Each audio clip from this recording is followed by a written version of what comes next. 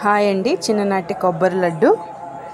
నేను ఇక్కడ 2 medium size ఉండే కొబ్బరి కట్ చేసి కొద్దిగా గ్రైండ్ చేసుకున్నాను.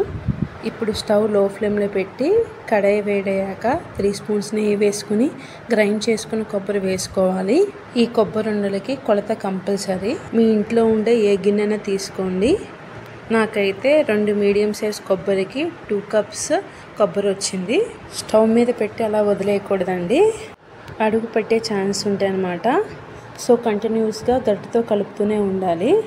మినిమం కొబ్బరి రోస్ట్ అవ్వడానికి 10 మినిట్స్ పడుతుంది. ఇందులో కావాలంటే బెల్లం వేసేసేయచ్చండి, బట్ నేనైతే విడిగా పాకం తీసుకుంటున్నాను, ఎందుకంటే బెల్లంలో ఏమైనా టెస్ట్ ఉంటుందని చెప్పి. 2 కప్పుల కొబ్బరికి 1 కప్పు బెల్లం తీసుకున్నాను. ఇందులోకి 1 గ్లాస్ వాటర్ యాడ్ చేసి స్టవ్ని మీడియం ఫ్లేమ్లో పెట్టుకోవాలి. బెల్లం అంతా కరిగాక స్టవ్ ఆఫ్ చేసేయండి అండ్ ప్యారలల్గా కొబ్బరిని రోస్ట్ చేస్తూ కలుపుతూ ఉండండి. ఎప్పుడైతే కొబ్బరి గోల్డెన్ కలర్ వస్తుందో అప్పుడు ఈ బెల్లం కరిగిన వాటర్ని అందులో పోసుకుని కలుపుతూ ఉండాలి.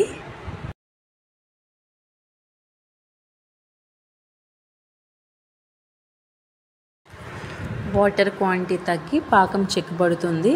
మంటను లో టు మీడియం ఫ్లేమ్లో పెట్టుకుంటూ అడ్జస్ట్ చేసుకోవాలి. లైట్గా పాన్ నుంచి వదలడం స్టార్ట్ అవుతుంది, అంటే ఆయిల్ వస్తుంది. ఇప్పుడు స్టవ్ ఆఫ్ చేసుకుని ఉండలు చుట్టుకోవడమే. గోరువెచ్చగా ఉండవసరం లేదు, చల్లారిన తర్వాత నిదానంగా ఉండలు చుట్టుకోవచ్చు. ఇందులోకి నెయ్యి వేయనవసరం లేదు, ఎందుకంటే కొబ్బరిలో నూనె ఉంటుంది కాబట్టి ఉండలు ఈజీగా వచ్చేస్తాయి. ఇంతేనండి, చిన్నప్పుడు మనం కొనుక్కొని తినే ఈ కొబ్బరి లడ్డు ఇంట్లోనే ఈజీగా ఇలా టేస్టీగా చేసుకోవచ్చు. మ్యాక్సిమం 15 days స్టోర్ ఉంటుంది.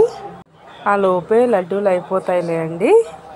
మీరు ట్రై చేసి ఎలా వచ్చిందో కామెంట్ చేయండి. నచ్చితే తప్పకుండా లైక్ చేసి షేర్ చేసి నా ఛానల్ని సబ్స్క్రైబ్ చేయండి. Thank you for watching my video.